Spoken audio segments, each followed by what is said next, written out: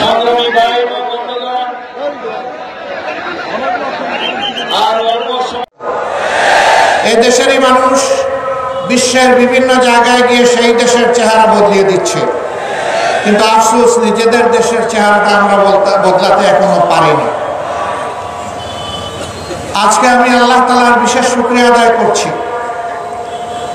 যে হাজারো নিষ্পেষণ, নির্যাতন, জুলুম, খুন, গুম, ধর্ষণ, লুণ্ঠনের তাণ্ডব চালানোর পর 17.5 বছর পরে বাংলাদেশের মানুষ একটু স্বস্তিতে শ্বাস নিতে পারছে। 15.5 বছর টানা ফ্যাসিবাদী সরকারের বিরুদ্ধে দেশের সকল বিরোধী দল দফায় দফায় আন্দোলন করেছে। এই আন্দোলন করতে গিয়ে অনেক মূল্যবান জীবন ঝরে গিয়েছে। এই আন্দোলন করতে গিয়ে অনেকে পঙ্গু হয়েছেন, আহত হয়েছেন, অনেককে ধরে নিয়ে গায়েব করা হয়েছে। আজ পর্যন্ত তাদের আপনজন জানে না তারা দুনিয়ায় বেঁচে আছে কি নেই। এই আন্দোলন করতে গিয়ে অনেকে চাকরিহারা হয়েছে, অনেকের ব্যবসা বাণিজ্য ধ্বংস করা হয়েছে, ঘর বাড়ি লুণ্ঠন করা হয়েছে, আগুন দেওয়া হয়েছে, তছনছ করা হয়েছে। আর জামাতে ইসলামীর নেতৃবৃন্দের ঘর বাড়ি বুলডোজার দিয়ে ভেঙে গুঁড়া করে দেওয়া হয়েছে। জামাতে ইসলামীর 1 থেকে 11 জন শীর্ষ নেতাকে খুন করা হয়েছে। বিচারিক আদালতে তামসা, আদালত সাজিয়ে সাজানো পাঠানো আদালত আর সাক্ষী দিয়ে তাদের জীবনকে ধ্বংস করা হয়েছে। সম্মানিত ভাইয়েরা, শেষ পর্যন্ত কোরআনের পাখি খ্যাত সারা দুনিয়ার মানুষ তাদের কলিজায় যার জন্য আলাদা একটা জায়গা ছিল, আল্লামা দিলওয়ার হোসেন সাঈদীকেও জেলের ভিতরে মৃত্যুর দিকে তারা ঠেলে দিল। তার একটা জানাজা ঢাকায় হবে, তা বরদাস্ত করতে পারলো না। শেষ পর্যন্ত তাকে জোর করে পিরোজপুরে পাঠিয়ে দেওয়া হলো। সেখানে সেনাবাহিনী, বিজিবি, পুলিশ, র্যাব, আনসার সব কিছু দিয়ে চতুর্দিক থেকে ঘেরাও করে মানুষের স্রোত ঠেকানোর চেষ্টা করা হলো।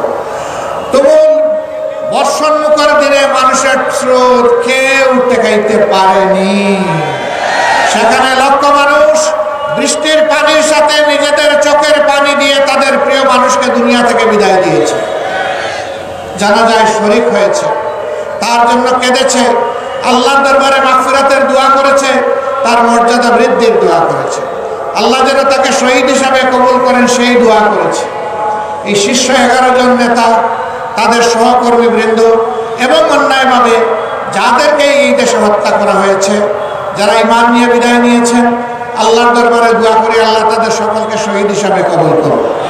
বিশেষ করে 24-এর এই আন্দোলন যা 1 জুলাই থেকে শুরু হয়ে 36 জুলাই এসে শেষ হয়েছে, এই আন্দোলনে যারা বুক পেতে দিয়েছিল, বুক পেতে দিয়ে বলেছিল বুকের ভিতরে তুমুল ঝড়, বুক পেতেছি গুলি কর,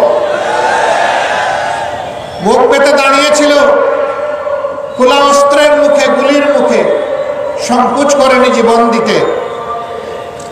একজন মন্ত্রীকে এক পুলিশ অফিসার তখন বলেছিলেন, স্যার একটা মারি একটাই পড়ে, এরপরে 4 জন দাঁড়িয়ে যায়, 10 জন দাঁড়িয়ে যায়।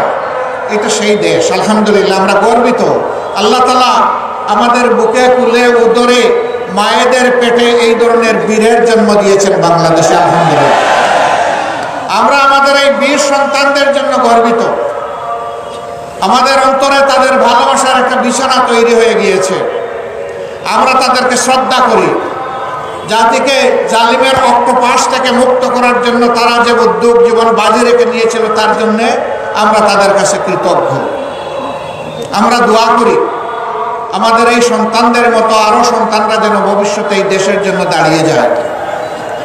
প্রিয় দেশবাসী, এই দেশটা বিভিন্ন ধর্ম আদায়ে আমরা যেন ঐক্যবদ্ধভাবে সবাই কাজ করতে পারি সেই তৌফিক দান করুন। দেশের উন্নয়নে আমরা যেন যার যার জায়গা থেকে সর্বাত্মক অবদান রাখতে পারি সেই তৌফিক আল্লাহ তাআলা আমাদেরকে দান করুন। আল্লাহ হাফেজ। বাংলাদেশ জিন্দাবাদ।